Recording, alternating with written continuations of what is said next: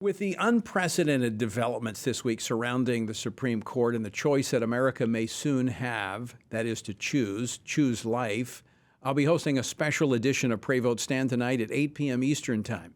How could such a leak happen at the nation's highest court that prides itself on being above politics? We're going to talk about that with someone who worked at the court, who will take us behind the veil of the nation's highest court.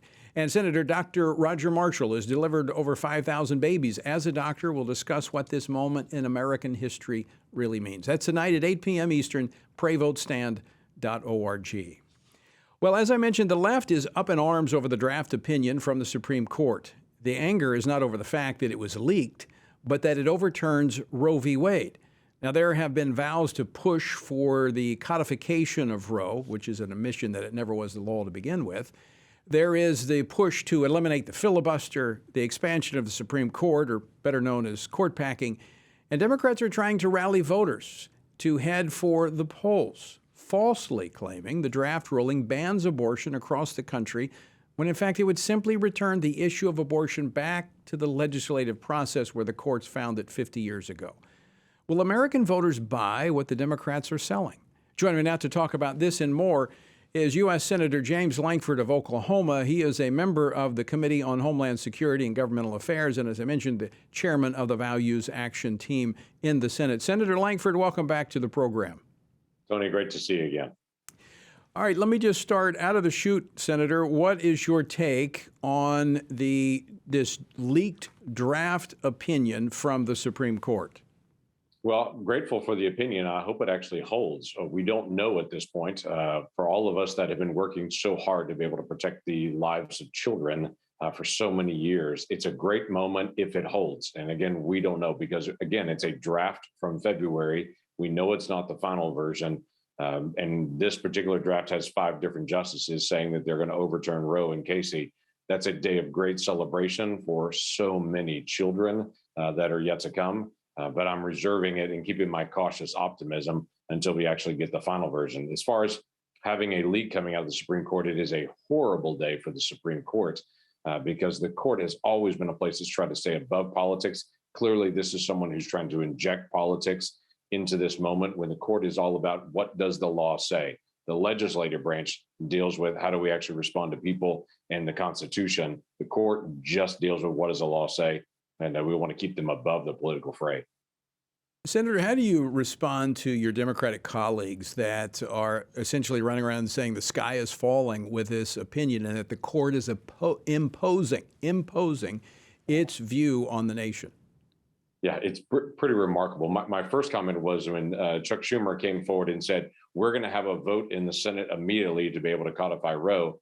My actual first thought was a smile when I said, well, quite frankly, that means Chuck Schumer agrees with the Supreme Court that this should have been a legislative issue all along, and that the court was simply correcting an error from the court in 1973. Remember, abortion has been around forever in this sense. And so for 200 years of our history, the legislative branch, the people through their elected officials made a decision about abortion in every state and nationally. And then the court stole that away in 1973, not based on a law or the Constitution. They just said they wanted it and created out of nothing this new viability standard. And what this court apparently is doing, if this draft opinion holds true, is correcting a 50-year error and going back to a 200-year history of how our country has dealt with abortion. So at that point, my state, many other states will engage to be able to say, we're going to protect the lives of every single child and to be able to stand with the value of every child. And as the left rages right now, screaming, how dare they, I simply say back to them, yes, how dare I actually stand up for the value of every child? And how dare you actually say that some children are expendable and some children are valuable? I think every child is valuable, and I'm glad to be able to stand on that spot. And I stand with you on that, Senator. I think my take on this, of course, I'm somewhat biased, having served in a state legislature, but I think the states have got us to this point. In fact, I had your governor on last week talking about the bill that Oklahoma just passed, making abortion a crime in the state of Oklahoma. I think we've gotten here, and I think the states have communicated to the court, we can handle this. We are prepared to handle this. Let us do our job in legislating the values that the American people want. Yeah, there's a partnership here on this. Obviously, on the federal side, especially in the Senate, our work was to try to put in judges and justices that would just follow the Constitution. They've got to be able to go back and correct an error from 1973 in the court. And so our focus for years has been, how do we get good justices? We don't know how they're going to rule on this. There's no way to be able to provide a guess. All I need to know is, are you going to follow the law? And then we need states that are going to speak out for the value of their citizens and are willing to be able to say, we want to protect every child. And then they're also going to step up and say, we're going to work on adoption. We're going to work on foster care. We're going to work on parental responsibility and making men that are delinquent to be able to pay child support. All those things are a part of caring for every single child, but that'll be on the state side. So it's been a great process to be able to get to this point, and we're hopeful that we'll actually see an actual final decision in the days ahead. Yeah, I am very optimistic that the states are going to take this when the court gives it back to where it should be, and we're going to see this country once again at least be a majority in terms of being supportive of life. Let me switch gears here, Senator. The Secretary of Homeland Security, Secretary Mayorkas, has been getting an earful over the department's new Disinformation Governance Board, aka the Ministry of Truth. You have been spearheading an effort there to make sure this goes nowhere. Tell us about it. Yeah, I have. In fact, I just met with Ellie Mayorkas just about an hour ago, walking through this exact issue to say, okay, number one, you've created this Disinformation Governance Board. We have no information about it. We have no documents. We have no charter. We have no details. You keep saying that we're going to create guardrails around all of our constitutional rights, but we have no information on that, no details at all. And so my first press is, you keep telling me what it's not. I have no idea what it is.